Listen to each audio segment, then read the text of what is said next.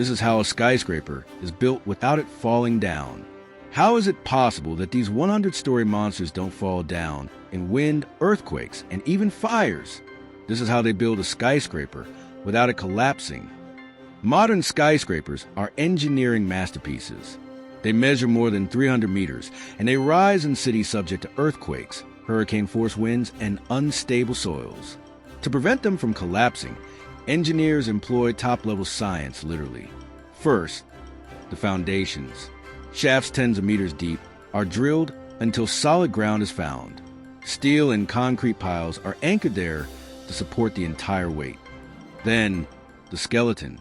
They don't use normal walls, but a grid-like steel structure that distributes the weight and tension. It's like an exoskeleton. Then, the sway.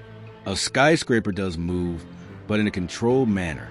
They have giant dampers, like pendulums, that sway in the wind, so the building doesn't wobble like jelly. And finally, fire and earthquake resistance. The materials expand and contract without breaking, and there are areas that act as sacrificial zones to absorb the impact without causing the whole thing to collapse. Did you know that Taipei 101 has a 660-ton steel ball hanging from the middle of the building? That prevents it from collapsing in a typhoon. It's literally a disaster pendulum.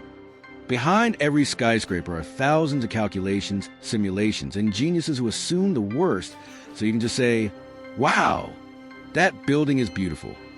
Next time you see one, consider that it was built to survive the apocalypse. This was I Still Don't Know, the channel where I explain what you've always seen, but never understood. Subscribe and keep learning things that make you see everything differently.